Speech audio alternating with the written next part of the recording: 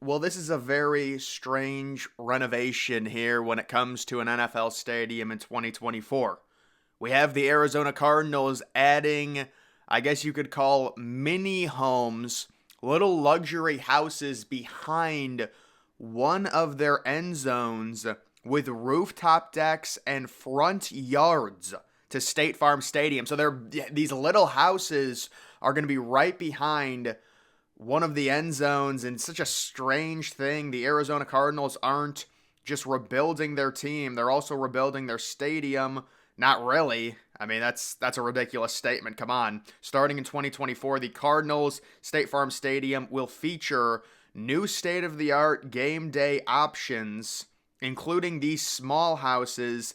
There will be 10 of them that will be custom built specifically for private use at State Farm Stadium, according to the team. The NFL equivalent of beachfront property. They will sit just feet from the south end zone, holding up to 20 guests on a 2-level cottage with a rooftop deck and even a front yard overlooking the field. Now, you might be wondering, are they removing a bunch of seats from the one end zone to facilitate these mini houses?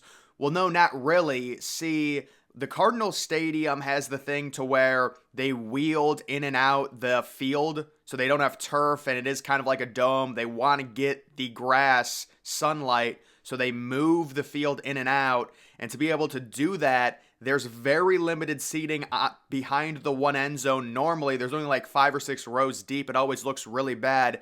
And apparently, they're replacing that with something that this looks like a complete eyesore to me. These little mini homes, this kind of reminds me of, I did a video a while back, maybe last summer, on the Home Depot little mini homes that you can buy to where you can get a house for like $43,000 and it's already built, and it kind of looks like this. It has one of those rinky-dink, rooftop areas, and this just looks so strange to me because it's not built into anything. It's like there's a bunch of little mini homes there, and then behind them there's nothing.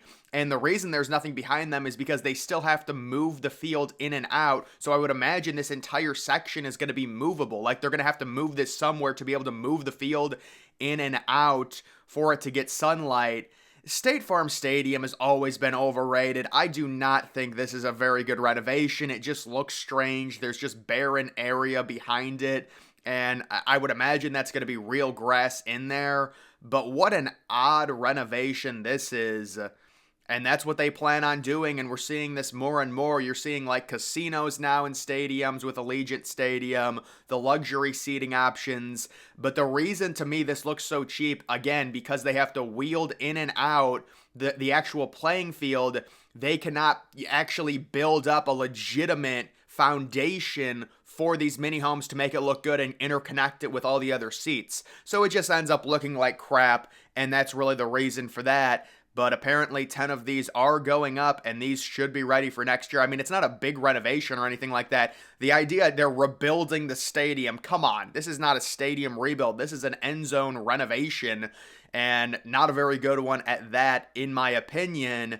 That area has always been one of the biggest eyesores because this was the first stadium to have the feature to where they could move in and out the field.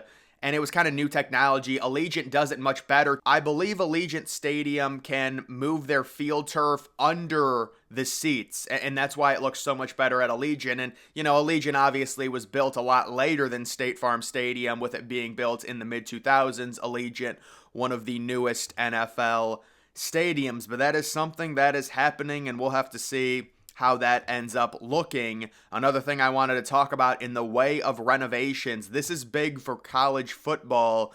Liberty Stadium, home of Memphis, has just released renderings on their potential new renovation that could cost around $200 million.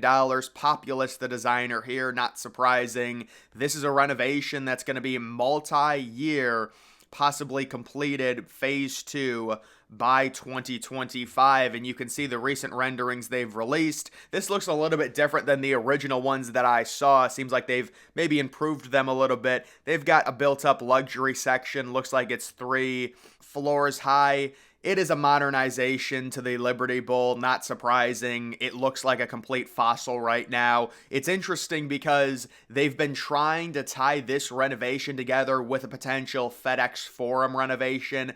FedEx Forum is the home of the Memphis Grizzlies, and the Forum does need a refresh, so I wonder what's going to be happening in terms of that. That is looking at that, wow. They have like a wide open concourse right in the middle of their stadium with a bunch of tents and things, and that is a strange design. They're taking out or they at least want to take out a bunch of seats. I'm guessing this renovation is going to go through, considering the Liberty Bowl desperately needs it.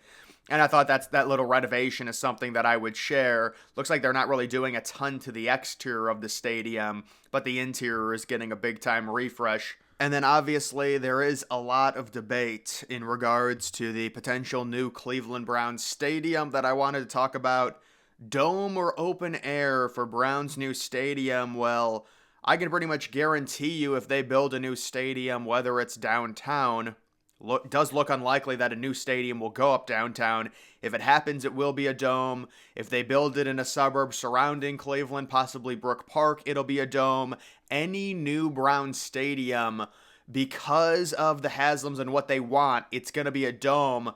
However, if they do a renovation to the original Cleveland Browns stadium that's still there, it would be surprising if they added a dome to that stadium, just because based off of history, normally that's not how these things work. They don't add domes or retractable roofs to stadiums. I do think if the Browns get a new stadium, it will be a dome. If they stay at their current stadium, it's going to be a bigger focus on the surrounding area, specifically in between the lake and the stadium, redeveloping that entire thing. That's going to cost a lot of money. You're looking at, for the Browns, a minimum of $1 billion. I think that's definitely on the low end for whatever renovation or new stadium they end up getting. Seems like they're a year behind of the Chicago Bears in terms of the processes. The Bears came out with their entire Arlington Heights pitch. That was honestly like 2 years ago, and recently we've seen them shift back, and I'll probably be doing a video soon on the new stadium news that came out about the Bears.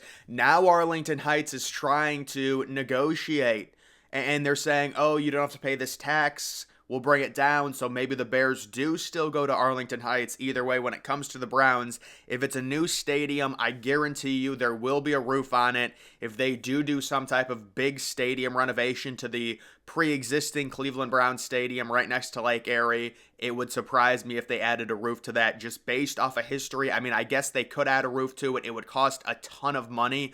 I think that renovation might be around $1.5 billion. If you also add the landscaping that would need to be done to the surrounding area of Cleveland Browns Stadium and revitalizing the lakefront area, it'll be interesting to see what the Browns end up deciding to do. But either way, guys, that is going to do it for this video. Make sure you follow me on X. Link to that's always in the description.